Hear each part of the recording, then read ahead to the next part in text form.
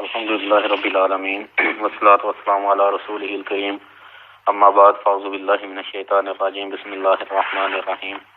وعن عائشہ رضی اللہ تعالی عنہا قالت کان رسول اللہ صلی اللہ علیہ وسلم یصوم حتی نقول لا یفطر ویفطر حتی نقول لا یصوم وما رأیت رسول اللہ صلی اللہ علیہ وسلم استکمل صیام شہر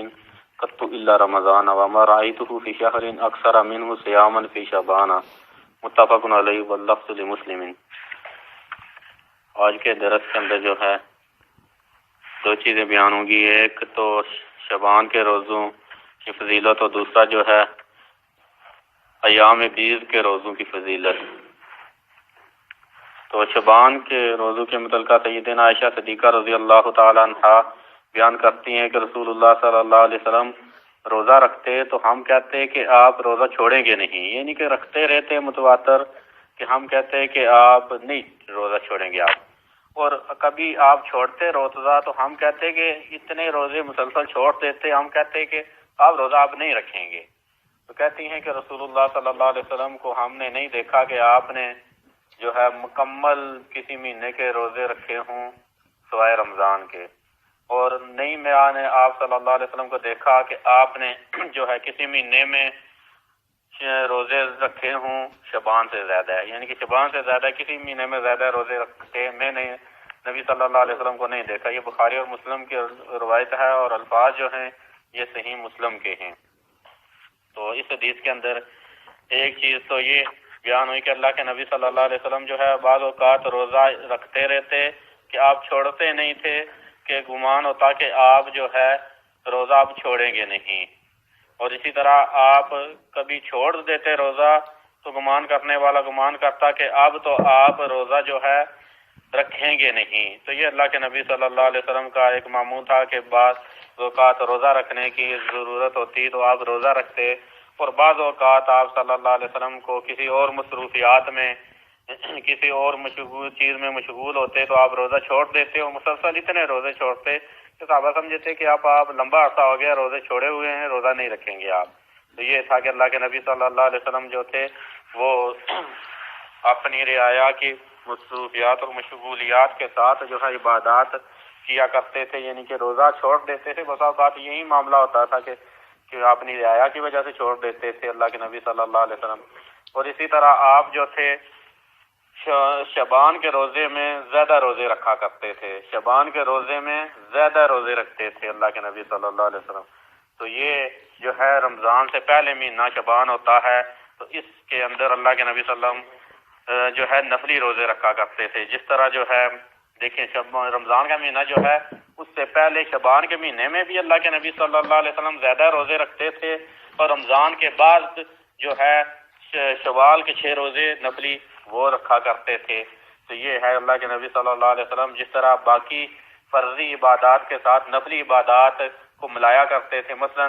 ظہر کی نماز جو ہے اس سے پہلے سنتے پڑھتے اور بعد میں بھی پڑھتے، درمیان میں نفلی نماز پڑھتے۔ تو یہی تھا کہ شعبان کے اور شوال کے روزے رکھنے کی حکمت کے درمیان میں رمضان فرضی روزوں کا مہینہ تھا، تو اس سے پہلے شعبان کے اندر اکثر روزے رکھتے، اور اس کے بعد جو ہے رمضان کے بعد شوال کے مہینے میں بھی اللہ کے نبی صلی اللہ علیہ وسلم جو تھے نفلی روزے رکھا کرتے تھے۔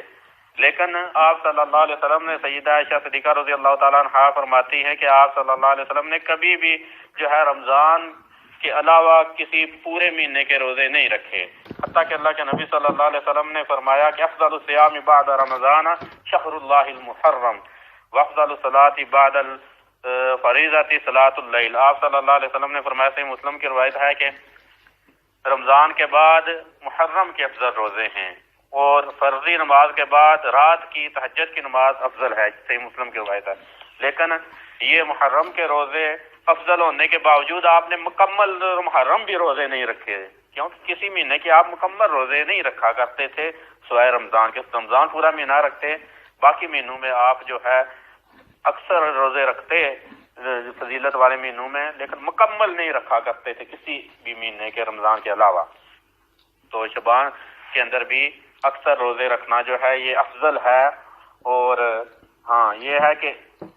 شعبان پورے کے اندر روزے رکھنا یہ افضل ہے، یہ نہیں ہے کہ آخر جب رمضان کے آخری ایام آ جائیں تو جیسا کہ پیچھے بیان روایت ہوئی تھی کہ رمضان سے چند ایک دن پہلے روزے رکھنا جو ہے وہ منع ہے.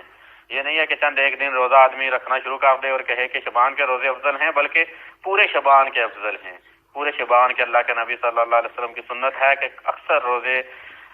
رکھا کرتے تھے، تو یہ شعبان پورے کے اندر روزے اکثر رکھنا یہ افضل ہے. وہ شروع کے اندر رکھ لے، درمیان میں، آخر میں جو ہے افضل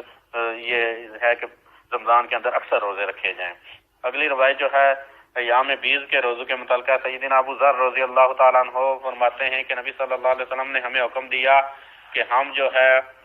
مہینے میں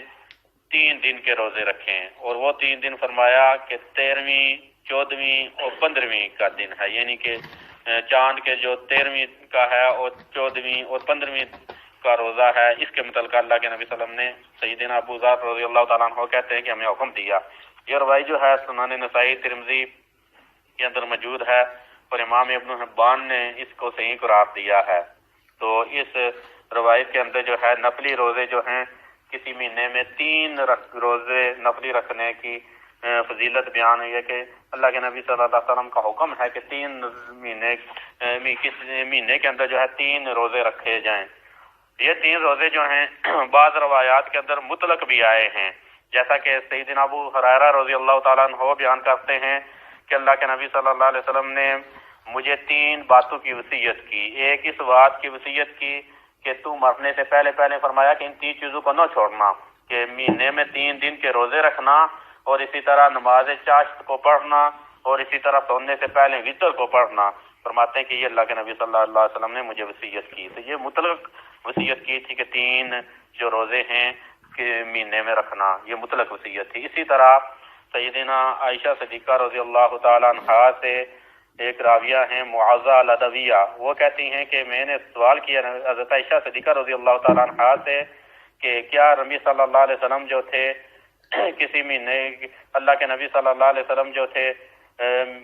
ہر مہینے میں 3 روزے رکھا کرتے تھے؟ تو اللہ کے نبی صلی اللہ علیہ وسلم کا فعل بیان کرتی ہے سیدہ عائشہ. اصل میں یہ جو ازواج المطہرات ہیں یہ اللہ کے نبی صلی اللہ علیہ وسلم کی نجی جو زندگی تھی، آپ صلی اللہ علیہ وسلم کی نجی زندگی کے معاملات کو اچھی طرح جانتی تھی. اور یہ جو اکثر اللہ کے نبی صلی اللہ علیہ وسلم کی زیادہ بیویاں ہونے کی ایک وجہ یہی بیان کی جاتی ہے کہ آپ کی نجی زندگی جو ہے وہ ہمارے سامنے، امت کے سامنے آ جائے. تو یہ ازواج المطہرات جو ہیں انہوں نے جو ہے اللہ کے نبی صلی اللہ علیہ وسلم کے ایسے معاملے بیان کیے ہیں جو باقی کو نہیں پتا ہوتا تھا، کیونکہ بعض اوقات باہر والے کو نہیں پتا ہوتا کہ آدمی نے روزہ رکھا ہے کہ نہیں روزہ رکھا ہے تو کب رکھا ہے، یہ گھر والوں کو ہی پتا ہوتا ہے. تو اللہ کے نبی صلی اللہ علیہ وسلم کا طریقہ بیان کرتی ہیں کہ ہاں اللہ کے نبی صلی اللہ علیہ وسلم ہر مہینے میں 3 دن کے روزے رکھتے تھے. تو اس راویہ نے معاذہ العدویہ نے کہا کہ اللہ کے نبی صلی اللہ علیہ وسلم کون سے دنوں کے روزے رکھتے تھے مہینے میں؟ تو سیدہ عائشہ صدیقہ رضی اللہ تعالیٰ عنہا کہنے لگی کہ آپ پرواہ نہیں کرتے تھے کہ مہینے میں جو دن ہوتا اس کے اندر روزہ رکھ لیتے، یعنی کہ 3 رکھتے تھے، شروع میں، آخر میں، درمیان میں 3 روزے رکھا کرتے تھے. یہ روایت جو ہے مسلم کی ہے. ان کے اندر کوئی قید نہیں لگائی گئی کہ وہ 3 روزے کب ہوں، یعنی کہ درمیان میں ہوں، شروع میں ہوں، آخر میں ہوں. تو اس لیے محدثین نے کہا کہ دونوں طریقے درست ہیں کہ 3 روزے رکھے جائیں، شروع میں رکھ لے، درمیان میں رکھ لے، آخر میں رکھ لے. اور درمیان میں رکھنا جو ہے اس روایت کی وجہ سے ایام بیز، ان کو ایام بیز کہتے ہیں. ان کو ایام بیز اس لیے کہا جاتا ہے کہ ان دنوں کی راتوں کے وقت جو ہے چاند مکمل ہوتا ہے، روشن ہوتا ہے. 13ویں، 14ویں، 15ویں کا جو چاند ہوتا ہے وہ روشن ہوتا ہے، تو اس لیے ان کو ایام بیز کہا جاتا ہے. باقی جو ہے بعض محدثین کی طرف سے اور مفسرین کی طرف سے یہ وضاحت بھی ہے، انہوں نے کہا کہ یہ جو 3 روزے رکھنے کی اللہ کے نبی صلی اللہ علیہ وسلم نے اس لیے حکمت بتلائی ہے. کہتے ہیں کہ چاند کے درمیان کے وقت، یعنی کہ چاند کا جب درمیانی وقت ہوتا ہے 13ویں، 14ویں، 15ویں کا دن، تو تب جو ہے خون حرکت کے اندر ہوتا ہے انسانی جسم کا. تو یہ روزے رکھنے کی حکمت یہ ہے کہ وہ اپنے جو ہے ایک اعتدال کے اوپر آ جائے. تو یہ روزے رکھنے کی یہ حکمت ہے. بعض یہ حکماء اور بعض محدثین نے یہ بھی وضاحت بیان کی ہے. اور باقی یہ 3 روزے رکھنے کی مہینے میں یہ ایک وجہ اور بھی ہے، جیسا کہ کل بھی بیان کیا گیا تھا کہ کسی بھی نیکی کے کرنے کے اللہ رب العزت 10 جو ہے اس کی گناہ اجر دیتا ہے اللہ رب العزت.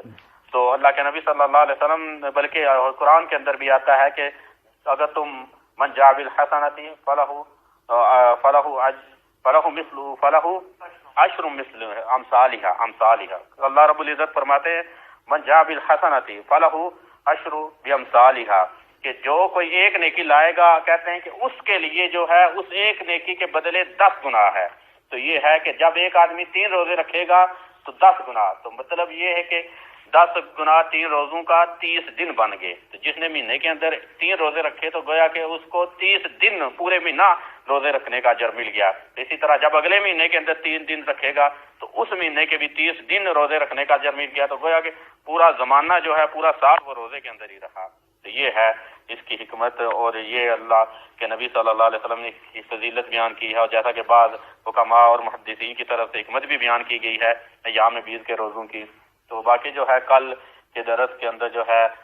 کچھ چیزیں یہ بیان ہوں گی کہ روزہ جو جیسا کہ اس باب کا نام رکھا گیا ہے کہ باب صوم تطوع وما نہی عن صوم، کہ تو نفلی روزوں کا بیان اور ان روزوں کا بیان جن کو رکھنے سے روکا گیا ہے. تو لہذا کل وہ روزے بیان ہوں گے جن کو رکھنے سے منع کیا گیا ہے. تو بعض روزے ہیں جن کو رکھنے سے منع کیا گیا ہے، بعض افراد ہیں جن کو روزے رکھنے ایسے کچھ صورتوں میں رکھنے سے منع کیا گیا ہے. تو کل جو ہے ہم پڑھیں گے کیا بیوی جو ہے وہ اپنے خاوند کی اجازت کے بغیر بھی روزہ رکھ سکتی ہے کہ نہیں، اور اسی طرح یہ کہ عید کے دنوں کا روزہ جو ہے یہ رکھنا کیسا ہے، یہ کل بیان ہوگا. واستغفر اللہ لی ولکم ولسائر المسلمین والمسلمات، وآخر دعوانا ان الحمد للہ رب العالمین.